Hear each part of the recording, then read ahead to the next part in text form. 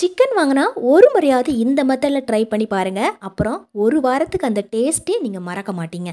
அது மட்டும் இல்லாம இந்த சிக்கன் கிரேவி செய்றதுக்கு ரொம்ப ரொம்ப ஈஸியான ஒரு மெத்தடும் கூட. இத நம்ம எப்படி பண்றது அப்படின்னு பார்க்கலாம். இந்த சிக்கன் இப்போ நல்லா வாஷ் பண்ணி வச்சிருக்கிறேன். நல்லா கழுவி வச்சதுக்கு அப்புறமா இதுக்கு தேவையான உப்ப இந்த மாதிரி சேர்த்துக்கலாம். இப்போ நம்ம சேர்த்துக்க வேண்டிய முக்கியமான பொருள் இஞ்சி பூண்டு விழுது. இதில 1 டீஸ்பூனுக்கு சேர்த்துக்கலாம். கொஞ்சம் நிறையவே இதில சேர்த்துக்கணும். நான் இன்னைக்கு பெரிய ஸ்பூன் தான் எடுத்திருக்கிறேன். இதில 3/4 டீஸ்பூனுக்கு கரம் மசாலா சேர்த்துக்கலாம். இப்போ நம்ம தேவையான அளவுக்கு காரம் சேர்த்துக்கணும்.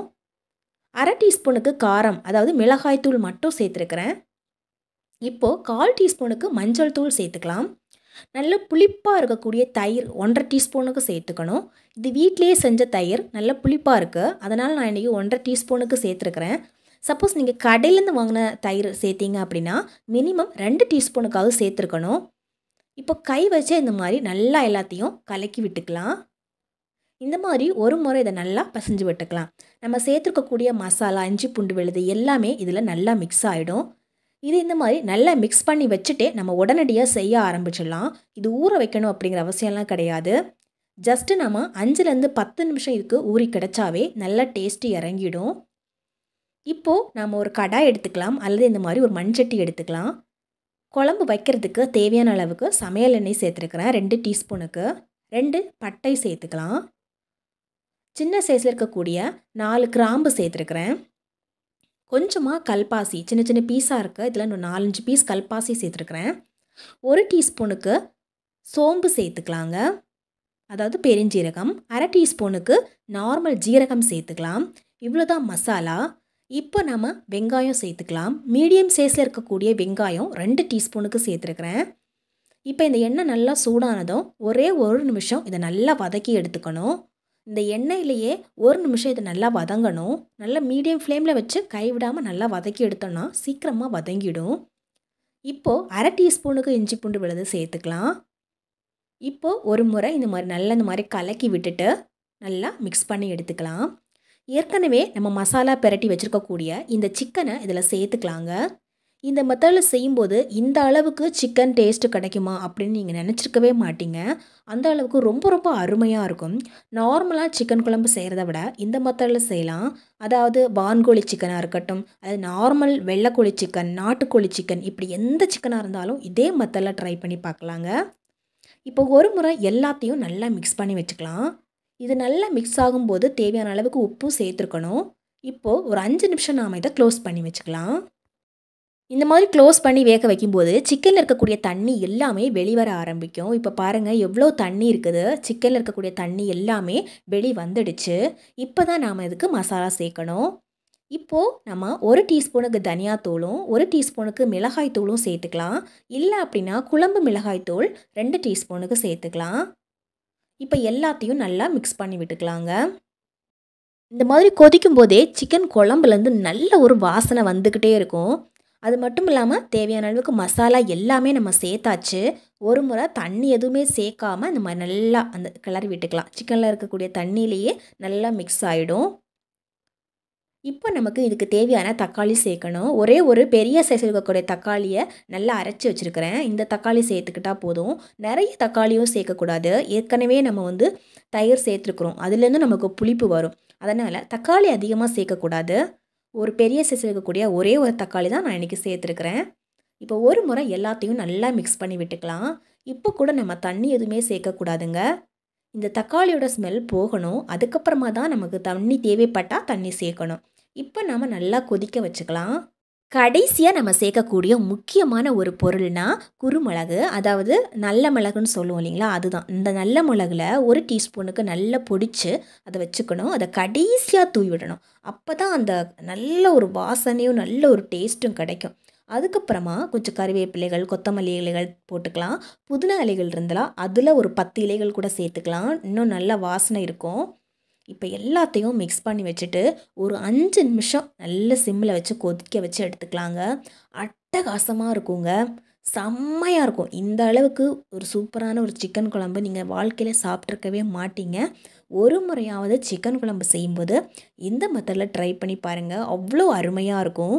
தண்ணி தேவைப்பட்டால் எக்ஸ்ட்ரா தண்ணி ஊற்றி நல்லா கொதிக்க வச்சு அந்த கிரேவி யூஸ் பண்ணிக்கலாம். இல்லை திக்காக இந்த மாதிரி யூஸ் பண்ணிக்கலாம்.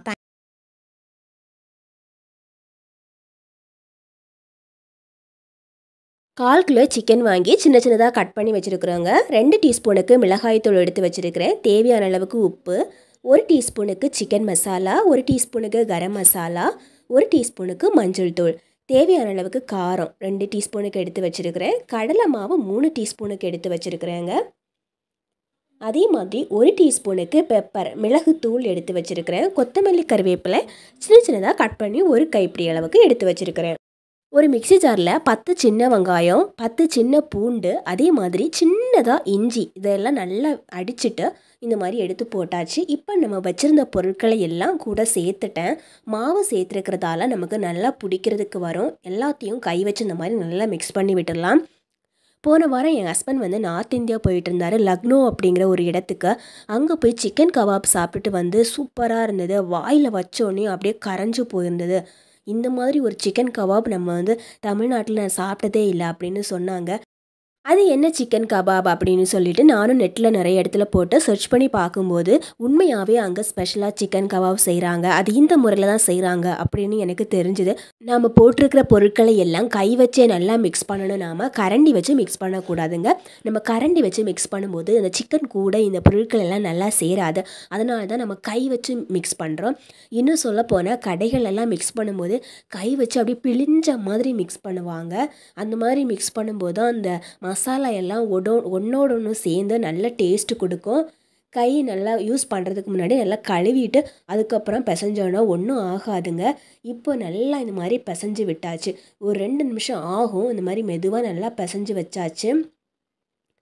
இதில் நம்ம மாவு சேர்த்துருக்கிறதால நமக்கு பிடிக்கிறதுக்கு நல்லா வரும். அதே மாதிரி டேஸ்ட்டும் அருமையாக இருக்கும். அதிகமான எண்ணெயும் குடிக்காது. எப்போவுமே நம்ம சிக்கன் வாங்கினோன்னா சிக்கன் குழம்பு, சிக்கன் ஃப்ரை இந்த மாதிரி தான் செஞ்சு சாப்பிடுவோம். நாம் வெங்காயத்தை மிக்ஸி ஜாரில் போட்டு அரைக்கும்போது சின்ன சின்ன பீசஸ் இந்த மாதிரி கிடக்கும். அதெல்லாம் ஒன்றும் ஆகாது. அதுவும் நல்ல டேஸ்ட்டாக தான் இருக்கும் நம்ம கடிக்கும்போது. இப்போ ஃபுல்லாகவே நாம் இந்த மாதிரி பிசைஞ்சு எடுத்துட்டோங்க. ஃபுல்லாக பிசைஞ்சதுக்கப்புறமா கையிலேயே இந்த மாதிரி நம்ம வடைக்கு எப்படி ஒவ்வொரு பீஸாக எடுப்போம் அந்த மாதிரி எடுத்தாவே போதும். வடை பிடிக்கும் போது நமக்கு தட்டையாக வரும். அதே மாதிரி நமக்கு இதுவுமே வருங்க. நாம் இதில் மசாலா இந்த அளவுக்கு சேர்த்துருக்கிறதால ரொம்ப ரொம்ப டேஸ்டியாக இருக்குங்க. இப்போது ஒவ்வொன்றா இந்த மாதிரி பிடிச்சி வச்சுக்கலாங்க. எனக்கு இதில் ஒரு 10லேருந்து 15 பீஸ் வரைக்குமே கிடச்சிச்சு. இப்போ நாம் இந்த அளவுக்கு பிடிச்சி வச்சுருக்குறோம். ஒரு பிளேட் எடுத்து தனியாக எல்லாத்தையும் எடுத்து வச்சுட்டோன்னா நமக்கு செய்யும்போது ரொம்ப ஈஸியாக இருக்கும். நம்ம பிசையும் போதே இந்த மாதிரி செஞ்சு வச்சிடணும். ஏன்னா ஒவ்வொரு டைமும் நம்ம எடுக்கும்போது நம்ம கையில் மசாலா பட்டுரும். ஆனால் இந்த மாதிரி பிடிச்சி வச்சுட்டு அதுக்கப்புறமா செய்ய ஆரம்பிக்கும் போது நம்ம கரண்டிலே எடுத்து வச்சிடலாம். நம்ம கையில் அழுக்கும் படாது, மசாலாவும் படாது. ஸோ இந்த மாதிரி எல்லாமே எடுத்து வச்சாச்சு. நான் எடுத்து வைக்கும்போது தோசைக்கல்லை சூடு பண்ண வச்சுட்டேன். தோசைக்கல் நல்லா சூடாயிட்டு அந்த டைமில் 2 டீஸ்பூனுக்கு சமையல் எண்ணெய் அதில் ஊற்றிருக்கிறேன். எண்ணெய் நல்லா சூடாயிடுச்சு. எண்ணெய் நல்லா சூடானதுக்கப்புறமா இந்த வடைகளை நாம் இதில் எடுத்து வச்சிடலாம்.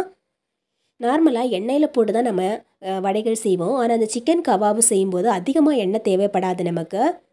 2 டீஸ்பூன் எண்ணெய் ஊற்றினாவே நம்ம வந்து ஒரு 10 வடைக்கு மேலே சுட்டு எடுக்கலாங்க. ஈஸியாகவும் வந்துடும், டேஸ்ட்டும் நல்லாயிருக்கும். அதிகமான எண்ணெய்க்குள்ளே போட்டோன்னா அது ஃபுல்லாக எண்ணெய் நிரம்பி நமக்கு உடம்புல நிறைய எண்ணெய் போய் சேர்ந்துடும். எப்போவுமே சிக்கன் கபாபு செய்யும்போது இந்த மாதிரி தோசைக்கல் யூஸ் பண்ணுறது தான் ரொம்ப ரொம்ப நல்லது. ரொம்ப சீக்கிரமாக வந்துடும். ஏன்னா தோசைக்கல் ரொம்ப சூடு தாங்கும்.